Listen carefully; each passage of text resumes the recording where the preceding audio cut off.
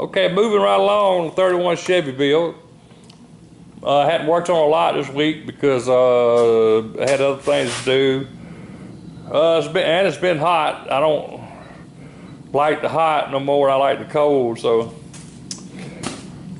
you know, my age, I like to go outside when it's nice to go out. So sometimes it's not nice to go out. So, and I got other things to do inside anyway. So I hadn't worked a lot on it this week.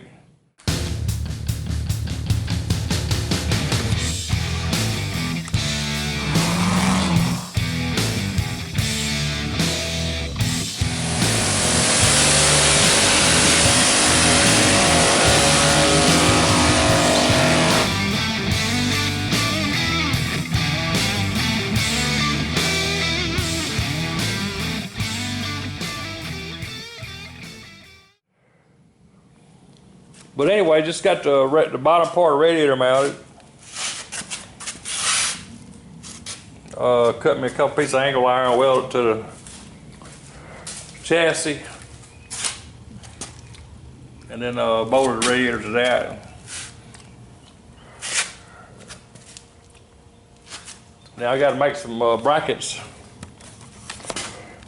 to go from here down to the frame.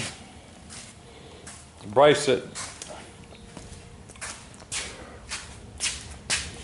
and design and build a radiator shroud. So that's going to be I guess that's going to be my next thing on the agenda, is build a radiator shroud. I stuck some of my parts on that I bought on swap meet on the engine so we can see what it's going to kind of like look like. I got a little mini alternator. It's going to mount right here somewhere. I got to make brackets to mount that too. I know most of them's on the other side, but with that short water pump, I mean that's the same thing I had with the Falcon. I put the alternator, put the alternator on this side, and the alternator belt got in the way of the radiator hose and all that good stuff, so that didn't work too good. But so on this one, I'm gonna put, since we got the radiator hose on this side, the fuel pump on this side,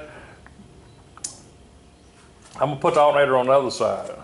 So we gotta make brackets for that. I hadn't done anything else on the inside. It's still like it was last video. Got that radiator's got the built-in trans cooler, or I got to run cooling lines to the transmission. But I got a lot of work to do. I got a whole lot of stuff to do. So yeah, I don't know if we're gonna make it for